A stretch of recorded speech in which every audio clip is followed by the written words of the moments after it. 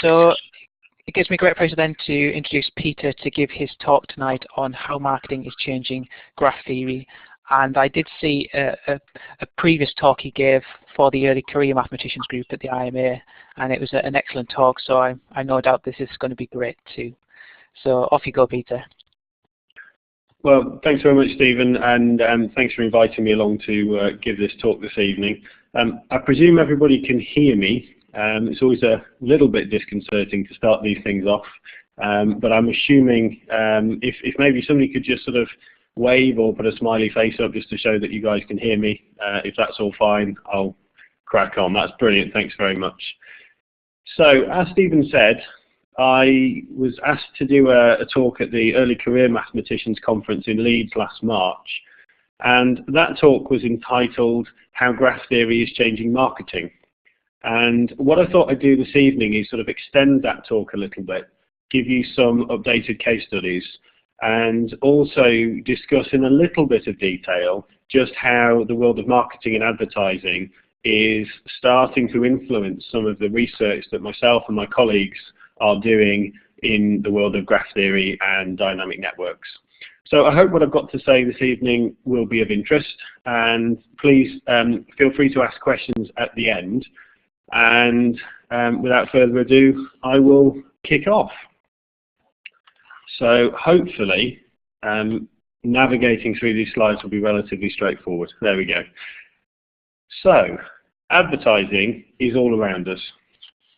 In the course of a typical day, you may see 100, 200, 500 different adverts, and to some degree they are going into your brain through conscious and unconscious routes. Now I guess the reason you're all sat in the room this evening is because you've seen some sort of advertising about tonight's talk. The advert that was posted online is the one you can see on the slide. The focus of the talk this evening is really about the question of how do we measure advertising? How can we use mathematical models to learn more about whether our advertising is working well, and if it's not working well, what we could do to improve it. So, as we go through the talk this evening, I hope that we'll be able to have a little bit of audience participation, a little bit of audience interaction. So, the first opportunity for that is now. I just wonder, does anybody know who started advertising? So who was the person responsible for modern day advertising as we know it? Just give you a couple of seconds. If anybody knows it or anybody knows the brand, feel free to type it in.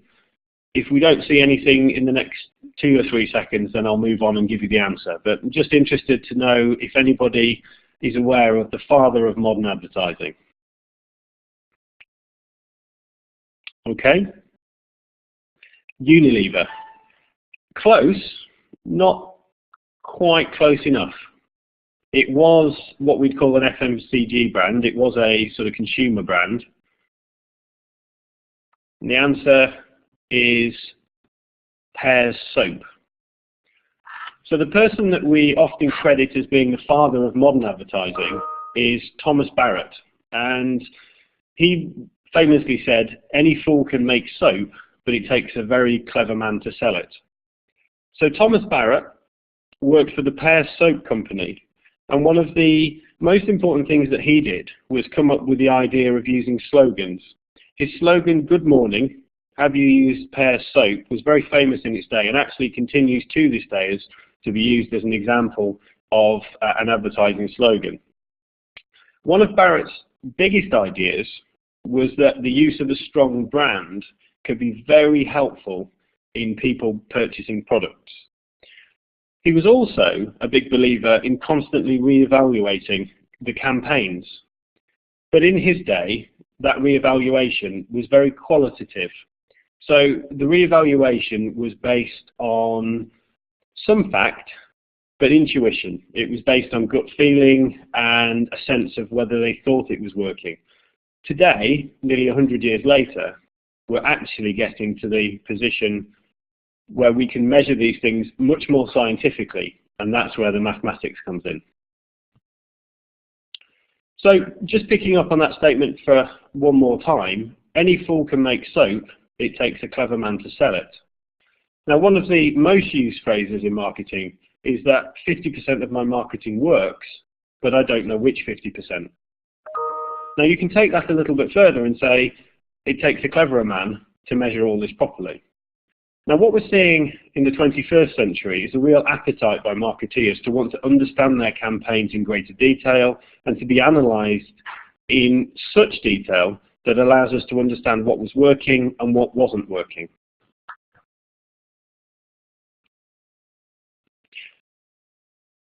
Most of you will be familiar with the concept of a soap opera. Now, soap operas started on the radio in the US in the 1930s. And you can see here on the slide, there's an advert for what was considered to be the world's first soap opera that aired on the radio in the US in the 1930s. Now, not many people, certainly in a straw poll around the office today, remember that soap operas are so called because they were actually used back in the 1930s to advertise soap products. The general idea was that the drama was put onto the radio and it was targeted at housewives. It was on 5 days a week at the same time, and back in the 1930s this idea was quite revolutionary. It's the first example of an advertising campaign that was specifically targeted at a particular demographic. And so the name soap operas lives on to this day. And the reason we call them soap operas is because of the nature of the advertising when they were first launched. You can see on the screen there the actual the ad there that was used. That's a piece of creative that was used to support the on-air radio advertising at the time.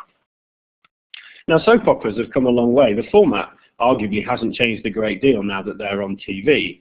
And today there is a huge market in sponsoring soap operas. And we have an example here.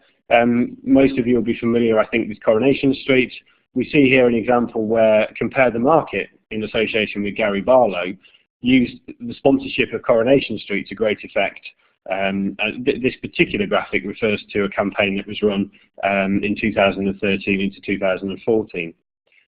The point I'm making here is that soap operas are primarily a TV program that is designed for specific audiences to interact with, but the advertising potential is significant. And I've got some examples later on in the presentation that show just how we are starting to measure the impact of this advertising. Back in the 1930s when it all started, it was very difficult to get to a measure of, well, is this advertising working for us? I'm not saying we're completely at that answer today, but we're certainly a lot closer to it. And hopefully some of the case studies that I'm going to focus in on will help you to understand that, but also help you to understand some of the models that we're having to use from a mathematical sense in order to get to some of those answers.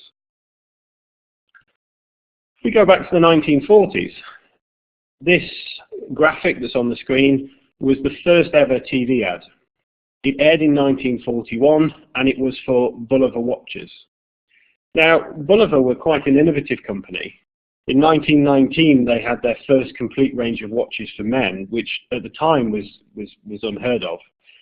They innovated both in terms of production but also in terms of their marketing. And actually they were one of the biggest creative forces in the growing field of advertising in the 1920s and 1930s. So in 1941, before a baseball game, they aired the ad creative that you can see on the screen. Now, if anybody's interested, you can go to YouTube to see this clip. It's only a few seconds long. And what you'll see if you watch the clip, it's essentially a time signal, just promoting the brand of Bulliver watches. It reportedly cost $9. Now, those of you that follow sport will be aware that the Super Bowl was played last night, and TV sponsorship of sporting events has certainly come a long way since the rates of $9 back in 1941. The Super Bowl that was broadcast on NBC in the States last night reportedly were charging $4.5 million for a 30-second commercial. If you do the quite straightforward maths, it's $150,000 per second. Now, we have an idea of the audience that watches the show. So, based on the figures from last year, there were somewhere between 112 and 167 million people that at some point watched last year's Super Bowl. Now, apologies, I did these slides yesterday, so I haven't got any figures for this year. But even based on last year's viewing figures, you can see that the equivalent value there for the media buy is it costs somewhere between 3 and 4 cents to reach each person. Now, Super Bowl advertising is seen as almost the pinnacle of TV advertising, certainly in the States. And even in the UK, there are a great number of brands that start to get excited and start to advertise around the concept in the UK. Interesting, and slightly as a sideline, there are a number of examples today of brands that maybe didn't quite get it right in the UK. I've read a number of examples today where some brands, certainly UK brands, were trying to get on the sort of generate a halo effect from the Super Bowl in the States, and maybe it didn't quite work as well as they hoped. But certainly if we look at this 3 to 4 cents per person model, an obvious question is to start to ask whether that's a good deal or not. Now, clearly we would try and answer that question in some shape or form, and we need a lot more information before we can really start to decide whether that 3 or 4 cents per person is a really good buy or not. So, moving on to the next slide, just a little bit of background in terms of this area of advertising research. It's really been around in its modern guise since the 1960s. And we can see from the slide that there were activities done earlier than that, but it was really in the 1960s where focus groups started to come into their own, and we were able to sort of pioneer techniques that allowed people to start to get a feel for whether media buys or advertising was working for them or against them. Methodology hasn't changed too much, although in the last 5 or 10 years we're now presented with an opportunity to collect far more data about how audiences are interacting with our advertising. And it's really this rise of big data that's giving us a massive opportunity. But this massive opportunity is also a massive challenge, because with increasing amounts of data and with increasing number of data points that help describe how people are interacting with our advertising, it gives us some challenges, because whilst we have data, we need better algorithms, we need better insight, and we need to understand how to measure and evaluate that advertising impact in better ways. So the purpose of these initial slides was really just to give you a feel for the problem set as I see it. Over the years, advertising has grown to be the force that we see around us. And over time, we've started to build methods and models that help us understand whether advertising is working for us. But in this day and age, in the decade that we're currently in, we should be able to finish the decade with a really good understanding of who and when and how people are interacting with our advertising, interacting with our marketing models, interacting with our marketing methods, and we do that through building better and better models. Now, these models are all well and good, but we do need ways of validating those models, and I'll come on to that later on in the presentation. So, and let's have a little bit more interaction now. Just want to talk a little bit about data science. And once we've talked about data science, then we'll come and show some examples of the work that I've been doing with some of my colleagues. There is a lot said about data science at the moment, and I think everybody has a slightly different definition of what data science means. If you search the web, and it won't take you long to find examples, you'll find people are trying to describe data science in 4 broadly similar areas. You have mathematical modeling. You have the ability to use data. You have domain skills, such as being able to understand a particular industry or sector. And then you also have the ability to communicate and visualize those ideas, so that once you've generated some insight, you can communicate that to a technical but also a non-technical audience. Now, within the field of data science, there is some debate about which of these 4 areas is the most important.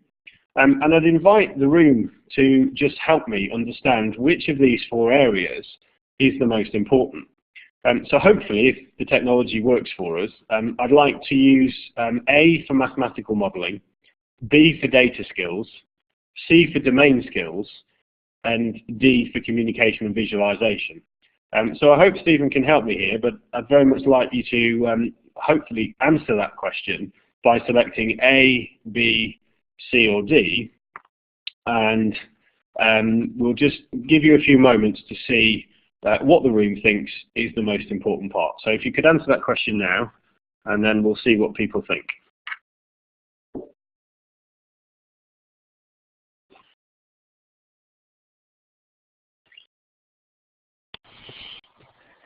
If you could just use the polling tool, which is just below the participants list, you should be able to select A, B, C or D for this option, and that will give us a cumulative total.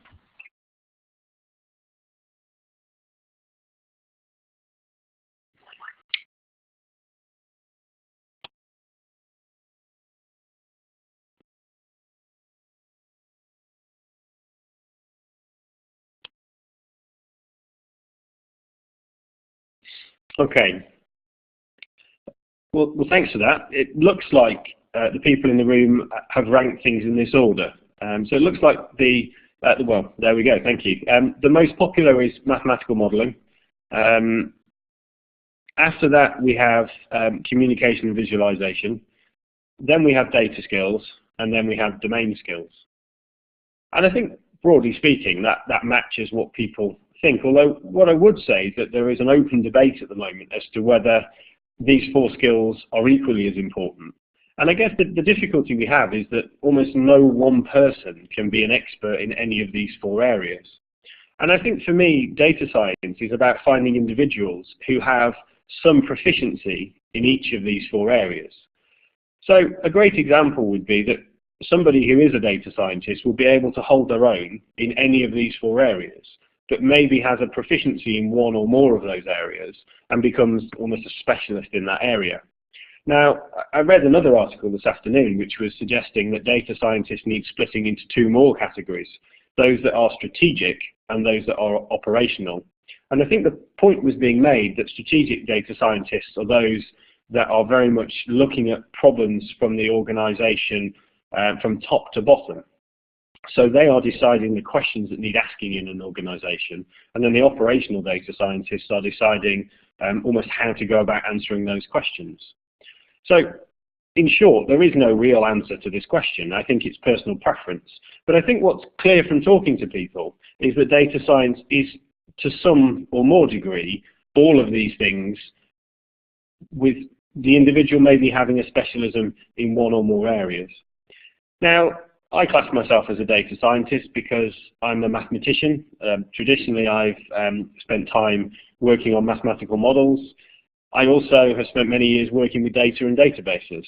I'd like to think I have some domain knowledge in advertising, and I have had some experience of being able to communicate relatively complicated ideas reasonably simply. I think the definition of data science will change over time, and I think in 10 years' time, if we had the same conversation, I'm sure we'd have something that looks about the same, but there may well be some subtleties that go forward. The reason I've thrown this into this talk is that like I said, there's a big debate at the moment about what data science really is, and I think it's helpful to kind of discuss this in more detail as we just have done. The data science process is an interesting one, and I think we'll just spend a minute or two just looking at this slide. Data science for me follows this process very nicely. So it's all about collecting some raw data. I'm just going to use the pointer now just to help me highlight the individual parts on this diagram. So we collect some data, normally in its raw form, and then we process it into some sort of useful form. Now, when we've collected the data, typically that would be structured and unstructured data alongside each other. But then when we process it, we need to try and take as much structure as we can from the unstructured data.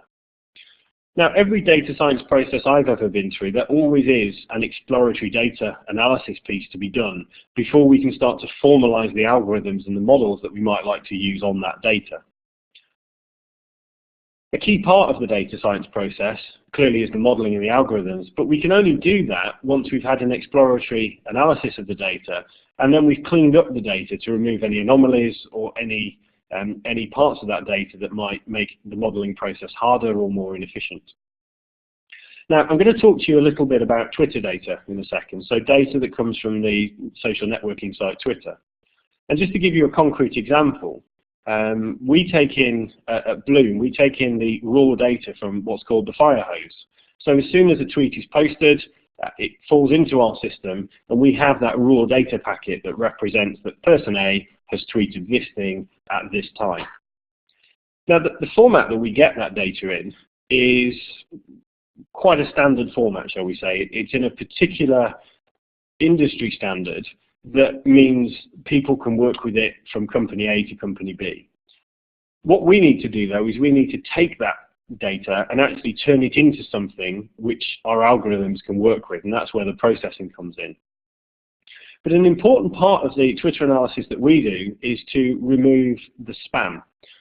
Anything up to 30 or 40% of a conversation can be generated by spam bots, by automatic accounts that are trying to take control of a conversation for their own ends.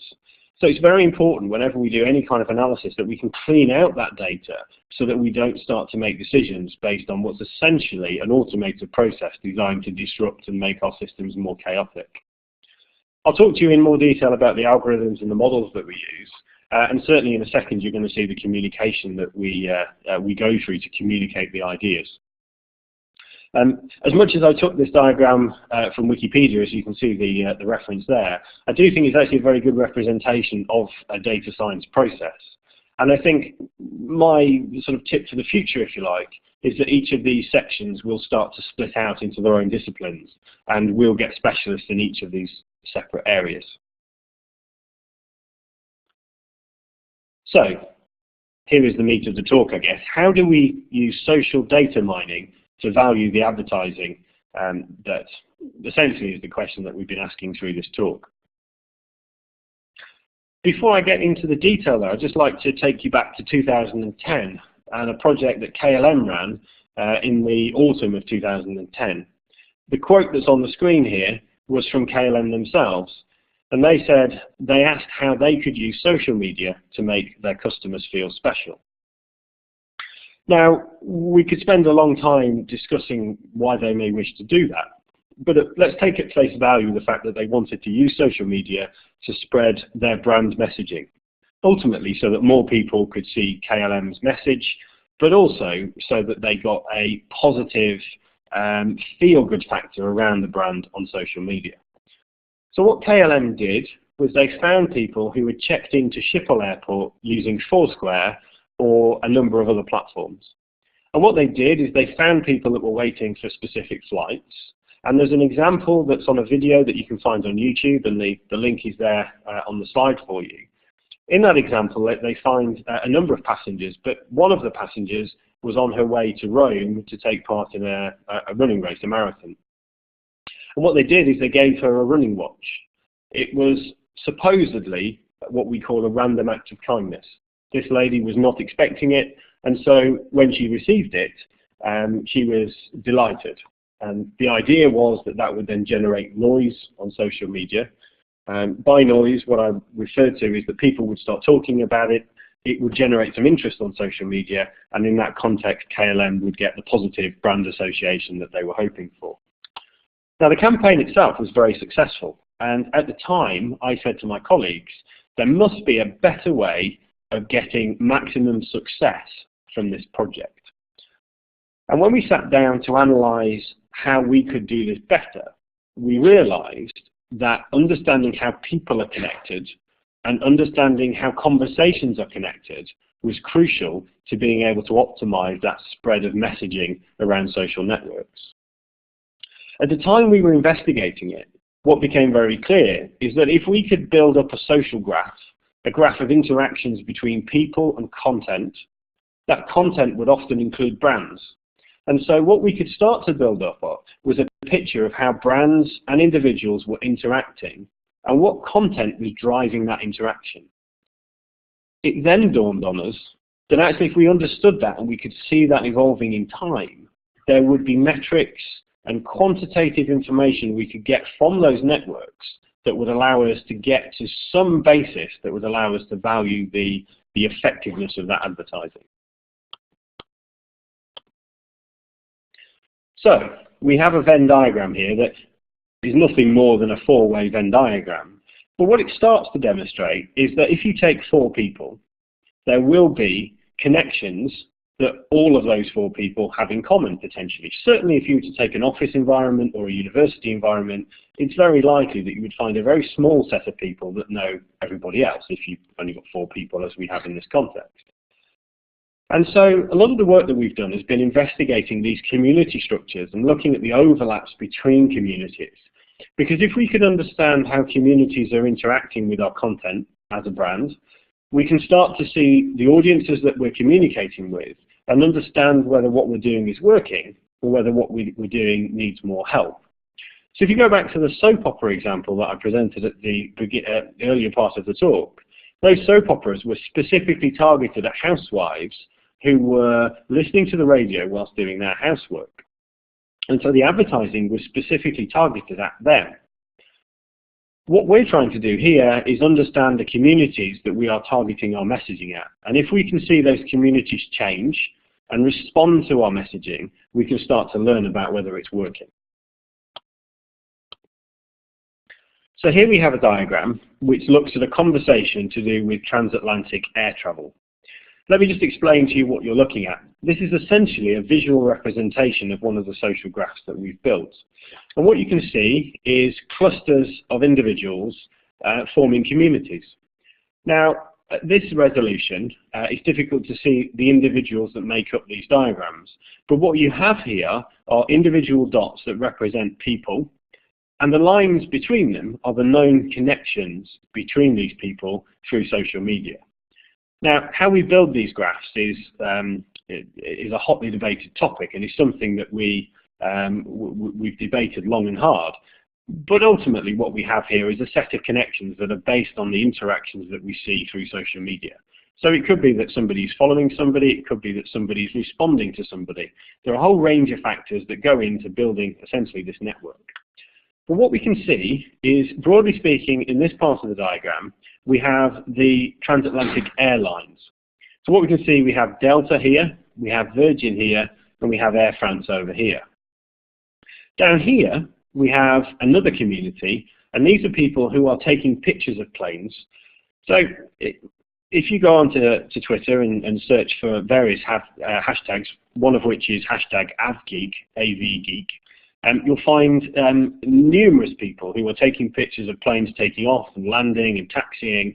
And this is a really well-established community of people who are genuinely interacting with the transatlantic airlines, to be honest, with any airline. But they're not directly involved in the conversation that the airlines are having with their customers.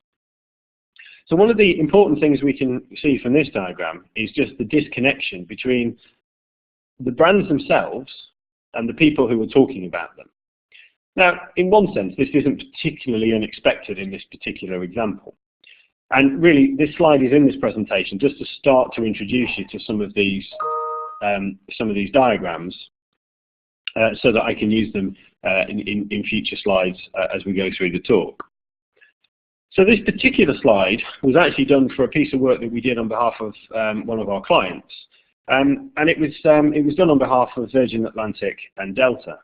And the particular challenge that we had was to try and communicate the business travel offering that the Virgin Delta partnership had, and to communicate the benefits that that partnership had over and above other competitors such as British Airways. And one of the ways this campaign worked was, you can see in the diagram, we had a number of pods that were placed in Canary Wharf for people to come and experience the product, so to speak. And within those pods there were beds and all the things that you would find on the aircraft, and various cabin crew were there to explain the features of the Virgin Delta partnership. Now, what we were attempting to do was to take what was essentially a fragmented conversation. And you can see in the diagram here, we have, again, the transatlantic airline conversation here. And up here, we have a community of technology enthusiasts.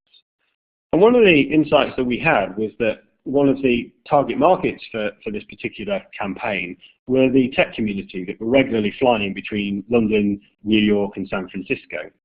And so rather than just trying to broadcast our messaging, what we were looking for were ways of being able to connect the tech community up here with the community down here, which was talking about the airline and its products and services. Now, if you view this diagram as a mathematical graph, and you start to look at this graph as an optimization problem, what you realize is that there are ways of trying to wire up this diagram to try and bring this community closer to this community. And essentially, we spent 3 years building algorithms that help us identify the best way of getting messages from a community, for example, this community here, to this community here. And after the work that we did, we were able to bring those two communities together through a concept that we refer to as bridging, but essentially that bridging concept is just the same bridging that you would find in sort of traditional graph theory. It's the concept of a particular edge that is able to bring two sections of the graph together. So what you're seeing here is the result of a campaign that we had done. I'm not going to go into too much detail about the specific campaign, other than to say we did succeed in bringing those two discrete communities together. And the way in which we did that was by understanding the connections of the graph and then optimizing, so doing an optimization problem on this particular graph in order to work out what we needed to do, how we needed to do it, and when we needed to do it. Now, importantly, because we'd set up this optimization problem, what we were able to do was then measure the efficiency and the impact of our end result. So given that we were clear on what we were trying to achieve, we then had a framework for how to measure whether we had achieved it. And it's difficult without going into too much more detail about the particular campaign, but ultimately it was very successful, and this particular diagram shows the individuals that we were able to use to bridge those communities together. Now, one of the other things that we start to see in social data is not only the virtual connections between people, but we can also start to see the connections that these people have in the physical realm.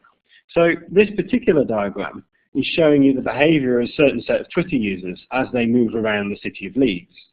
Now, what we have here is the center of Leeds, and as we move out, we get to different parts of Leeds that are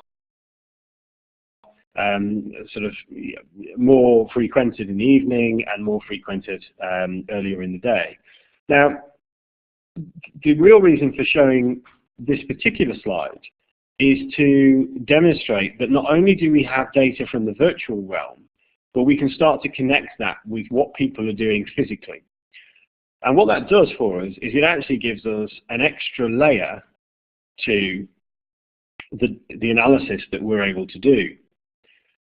It's not about tracking individuals. It's not about trying to understand what a specific person is doing at a specific time, but being able to build up a layer that shows mass movement of individuals at particular times of day is really helpful in answering some of the other questions that we often come across in a marketing context.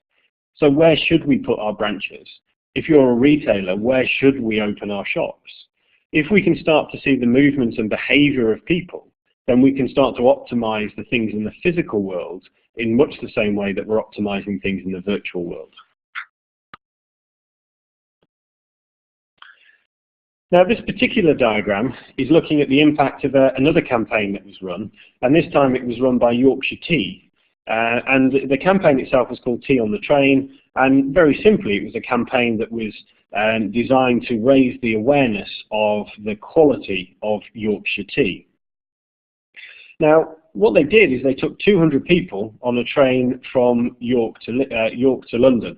They hired the Orient Express, and it was a great event for 200 people. What they were hoping for was a great deal of noise and interaction generated both in social media but also in traditional print journalism, because they had invited a number of journalists to come on the train with them. One of the other people they invited onto the train was Louis Tomlinson from One Direction. And it was actually Louis Tomlinson that generated the most amount of noise on behalf of Yorkshire Tea on this particular day. The diagram that you're looking at here shows the full conversation that we tracked over the course of the afternoon. And this diagram represents approximately 13,000 tweets. Now, that might not seem too many tweets, but this needs to be put into the context that Yorkshire tea probably receive a couple of hundred at most on a normal day.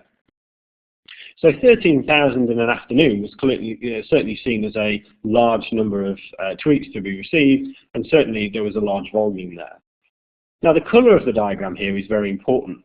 What we see is the red colour is conversation that was generated by One Direction, and the blue colour, which is just here, was the conversation generated by what we believe to be the Yorkshire tea target demographic. And the conclusion to this campaign was that whilst it had been massively successful in generating noise, what we didn't see was noise from the right consumer. So although the campaign can be judged as being successful, it would have been even more successful had we been talking to the right people, because it's arguable that the One Direction fans were simply engaging in One Direction conversation rather than pushing the merits of the brand as the brand had hoped when they set the campaign up. So this is one of the first examples of being able to accurately evaluate a campaign based on looking at how people have interacted with that campaign rather than looking at just the headline numbers. So as I say, 13,000 tweets would be seen as a significant achievement. But when you start to drill down into the behaviour of the individuals, what you start to see is that people were behaving in the way we wanted to, but they weren't the right people that we were trying to talk to. So the insight from this was to go away, and for any future campaigns, was to think about the people that we were involved in the campaigns. And the whole strategy around what the next campaign should look like was influenced based on this piece of analysis.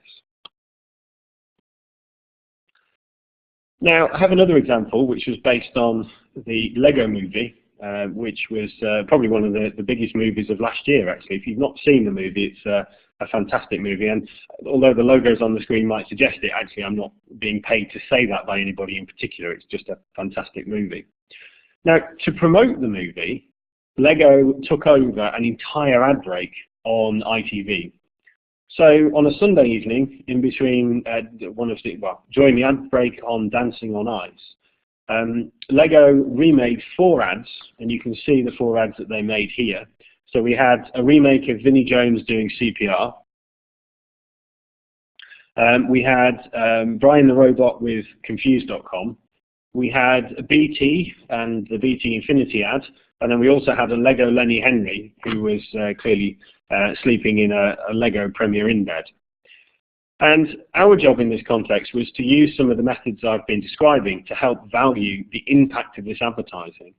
And for the first time that we're aware of, we were able to come up with an accurate ROI model based on how we saw people interacting with the advertising. So normally TV advertising is assessed on how the viewer figures look around the ad break.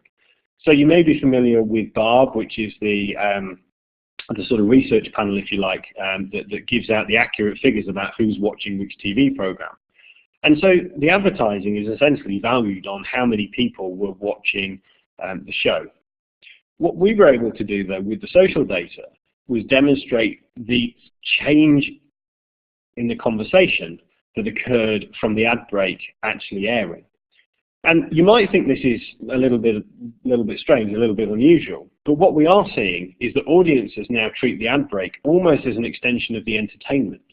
And that there are some ad breaks that we've monitored and analysed where people will tweet more in the ad breaks about the ads and about the content matter that's in the ad break than they do about some of the programming. So let me show you another diagram. What we have on the left-hand side here is a representation of how the brands that were in the ad break were aligned before the ad aired. So what we see down here is British Heart Foundation. This here is Premier Inn. We've got Confused.com here, and then we've got British Telecom here. Now, the position on this diagram is very important, as are the connections between the communities. So, as you might expect, the British Heart Foundation community is not that close to these 3 commercial brands. And that tells us that the people that are interacting and discussing British Heart Foundation down here are not very likely to be talking about any of these other 3 brands at the same time. What we do see, though, is that BT, Confused.com and Premier Inn do have some core connection between them. And actually that's fascinating. Trying to understand why that connection is there is really helpful for these brands, because we can start to understand what we refer to as the mood, mode and context of the engaged audience. And being able to do that helps us then provide better briefs to the creatives, and ultimately we think provides better advertising that hopefully is going to be more effective. On this side of the diagram, we see the brands after the ad break has aired. Now, this isn't days after, this is minutes after the ad break has aired. So this is 5 minutes after the last ad has rolled. And this is unprecedented, I guess, because we're now able to see in real time the impact of the advertising. So not only have the communities got much, much bigger, we start to see the arrangement of the brands shifting quite significantly. So what we see is that BT are now at the bottom. And actually, if we were able to animate this, move it forwards by a number of minutes, what you would start to see is that BT start to move further and further away from these 3 brands up here. So if you look at what's happened from that ad break, British Heart Foundation have now been seen to be something similar to Confused.com and Premier Inn, whereas BT are being pushed away. And if you look at what we call the creative execution, you find that it was BT's ad itself that was one of the driving factors to that. Confused.com, Premier Inn and British Heart Foundation, their ads worked brilliantly in Lego. But you can see from the individual tweets that people weren't as convinced about the BT ad. And so we concluded that BT did get some benefit from the ad break. Lego got a significant benefit from the ad break, but actually it was British Heart Foundation that were the biggest winners from that media exposure. And this piece of work was nominated for a number of awards last year, primarily because of the fundamental shift in methodology used to value the impact of that TV advertising. Now, what you can do is you can take that step further, and you can start to view brands and how they are interacted with consumers through social data. Now, although this data set is coming from social media, it's actually a very good representative sample of how individuals are interacting with these brands. And what you're seeing here is that, and this is a diagram specifically about the UK coffee market, that actually Nespresso have the largest share of audience when it comes to people discussing coffee brands in the UK. The connections, though, are fascinating, and when we start to delve deeper into the detail, what you see is that these communities, one of which I'm highlighting here, and there's more as you go around the diagram, these are crossover communities that are almost engaging with both. And if you start to contrast and compare the behavior that we see of individuals in this community with behavior that we see in these communities, you can start to learn a lot about what it makes, what a brand needs to do to make consumers choose brand A over brand B. There is a great deal of detail you can get out from these diagrams, and this is a fascinating area of research which we're actively pursuing at the moment. So much so that we've, together with my colleagues at University of Oxford and University of Strathclyde, and as well as Amanda, who works in my team, we've actually, we're just in the process of publishing a paper on this particular subject, which is looking at the power of social data to understand what we call online brand allegiance. And really what we're looking at is the ability to view these models, these graph theoretic models, and to probe those graphs to look at whether people are talking randomly or non-randomly. And the approach we are taking is to say some brands, some organizations prompt communities to behave in a very structured and a very ordered way. Essentially, it's a way that is non-random. Whereas some brands, some individuals, some organizations, the conversation and the behavior that we see through social media is essentially nothing different than if we saw that behavior generated at random, potentially from a random graph or some other sort of random process. And so what we are now doing is we're building algorithms that allow us to take in the graph data at scale. So for example, we've just finished doing a very large project around the X Factor, which was generating in excess of 3 or 4 million tweets a week. And from that, we were building networks in real time and essentially doing this probability modeling on top of those networks in real time. But what it allows us to do is allows us to look at the behavior of individuals within communities and essentially decide whether the behavior that we see is random or non-random. And if you find behavior that is not random, we then start to conclude why it is non-random and which brands are having the most impact over that individual or that community. So I hope some of these examples have been interesting, and my aim really with these examples was just to scratch the surface, if you like. Apologies if you're expecting a whole range of detail in terms of mathematical depth. But really what I was aiming to do through these slides was to give you an insight into the world of advertising and to show you some of the models, some of the approaches we are taking to help us value those advertising opportunities. But if I go back to the title of the talk for a second, how is marketing changing graph theory? What we find, I'm just going to skip over that slide for a second, what we find is that we are needing to build new models in ways that historically have never been done before. We're routinely now working with multi-dimensional graphs where we have the social layer as one fabric, we then have a physical layer as essentially a three-dimensional structure. And trying to treat the edges between these graphs is really important in our interpretation of the results. Now, these multiplex graphs are not new, but what we are finding is our ability to handle them within algorithms and within a computational framework that allows us to mine data in these networks in real time needs some thought, especially around the idea of what is computable and what is not. So it's all well and good having these graph theory models that allow us to work out various quantitative metrics on small graphs. But when you have a graph that is into the hundreds of millions, how do we build models that allow us to mine data, mine information from that data effectively and quickly enough for it to be commercially valuable? The other thing that we're looking at is how communities form and evolve and better detection algorithms for how we can find communities within these larger graphs. So essentially, what is happening to these subgraph portions and how are they evolving over time? And is there almost like a de facto standard for how some of these communities are changing? And I guess the utopia is to be able to classify some of these advertising relationships that we see as being a type 3 graph or a type 4 graph, whatever that might be, but almost providing some standard that allows us to go back to the non-technical audience and say, actually, what we've seen is behavior 27 that's in this particular manual, and we know when we've seen behavior 27, this will then happen as a result. The ultimate, and I'm not sure whether I shall see this in my professional lifetime, we might not, but what will be very fascinating is whether we can start to use the past behavior of a network to try and predict what will happen in the future. Now, there are various ways of trying to make some sort of causal predictions, but actually, how accurate and how easy are those predictions to be, how can we validate whether those models are correct, and what's the error and what's the accuracy on some of those models. So what is happening is that the world of marketing and advertising are posing questions that we are answering through graph theory. And in doing so, in answering some of those questions, we're finding that the mathematical toolkit that we have has some of the answers, but actually it doesn't have all of the answers.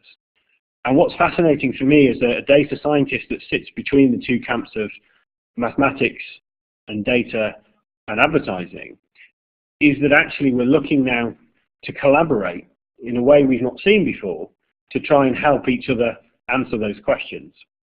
And I'd like to sort of throw that out as an open challenge, really, to say, actually, that's the really exciting part of the job that I do, is the ability to use some really revolutionary, innovative mathematics in a way which is helping commercial organizations solve problems today. And I think 10 years down the line, I would hope that there is a new body of mathematics that we've had to work on in order to solve these problems, which contributes to the vast body of knowledge that we have within mathematics. So I'll leave you on that thought. I hope what I've said today has been interesting, and I thank you very much for your attention throughout this presentation. Okay, thanks very much, Peter. Obviously, everyone else isn't able to speak, so I'll thank you on their behalf. I think we will have a few questions from people if they've got any. which you might be able to answer for them. So if you've got a question, please just type it into the chat box at the bottom left-hand side, and we'll see what comes up and whether Peter might be able to answer some of them.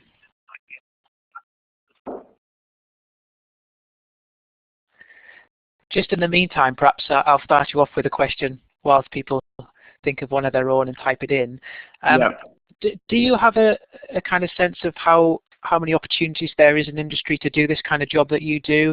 Is there, obviously there's going to be a big demand in the future. How would people get into it? What's the opportunities to do this kind of thing? We're seeing almost on a weekly basis our clients switch on to the idea that data science and modeling on top of the data that they hold unlocks huge commercial value. So I think a year ago, the opportunities were far less than they are today. It certainly is an emergent industry, and I think we are right at the start of organizations trying to unlock the power of their data through building models. So it's only going to be a growth industry. It's very difficult to quantify the size of that at the moment. We're working on a project actually to try and quantify that, because often I get asked this question in bid preparations and find it very difficult to actually answer that question. But it certainly will be a growth area. How to get into it? I guess it relies on an evangelist, if you like, within an organisation, knowing that there might be a solution from taking some of these approaches. It will grow by more and more people getting commercial success from using these techniques.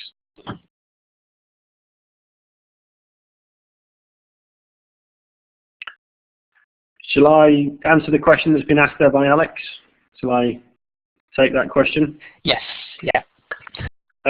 So the question there was, wasn't it obvious that the Yorkshire Tea plus One Direction are not the same demographic? Absolutely. It doesn't need detailed analysis to tell you that. What we did need to show, though, was that it would have been very difficult without some of the techniques I've shown you to start to drill into the detail of the 13,000 tweets.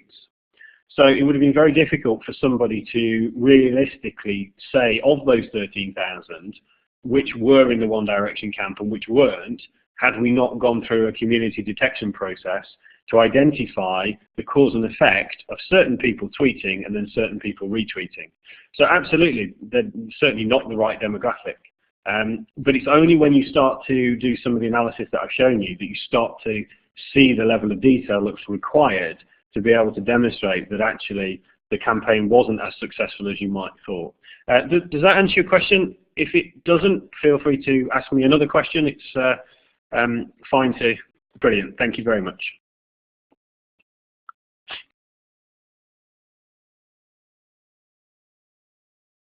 Are we writing our own algorithms? I guess to a degree, yes, absolutely. We've got a long-established relationship with a number of universities, so we work quite closely with Oxford and Strathclyde and Leeds. We've got a number of students that are based in those departments who are working. So we have a case student, for example, and we're looking at doing year in industry placements and things like that. So the algorithms that we write are very much ours, but we have developed them in conjunction with the academic teams that we work with. And I'd like to demonstrate that as a really good example of where industry and academia can come together, is that in the commercial world that I live in, it's impossible for me to spend the length of time I would like to do the research. I get about 25% of my time to do it, but that's just not enough to be able to do it in the level of detail that we need. So the relationship we have with universities is very much to allow us to ask a question that is then looked at with the mathematical rigor that is needed, and then where our specialism in Bloom comes in is taking that work and then working out how we best commercialize it. So they are our algorithms, but actually saying they are our algorithms is probably doing it a disservice. They are clearly algorithms that have been developed in conjunction with our academic partners. Okay, that's very good. Is there any final questions before I draw this to a close? I'll give you a few seconds. I can't see anyone typing. Hold on a second, David is typing, I think.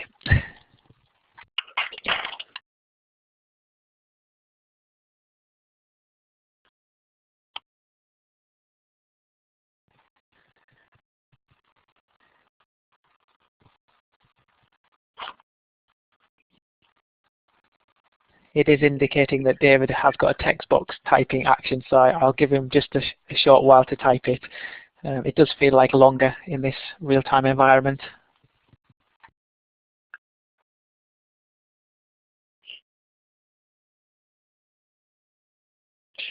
That's a very good question, and one that we get asked all the time. I guess there is an element of ethical work that we have to do, and we do see is partly our responsibility to sort of raise some of these questions.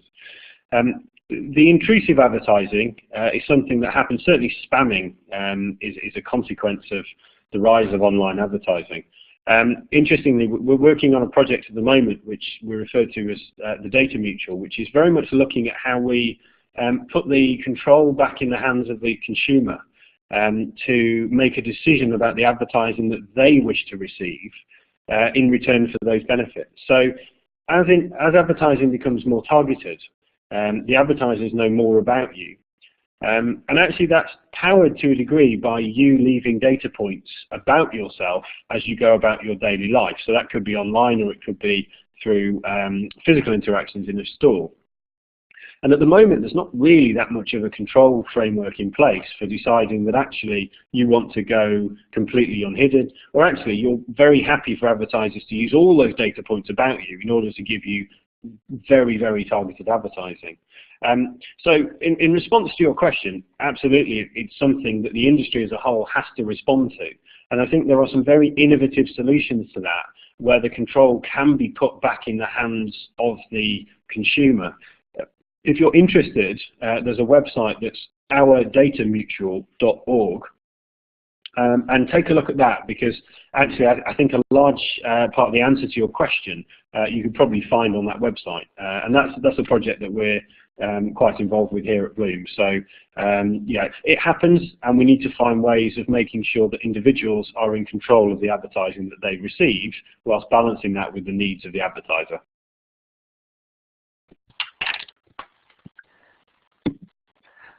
Okay, I think we've had a good hour session there, so I'll bring it to a close by once again thanking Peter for giving up his time to give the talk tonight, and hopefully you and the audience were able to get something from that and found it interesting. So I'll switch the recording off and thank everyone for attending tonight.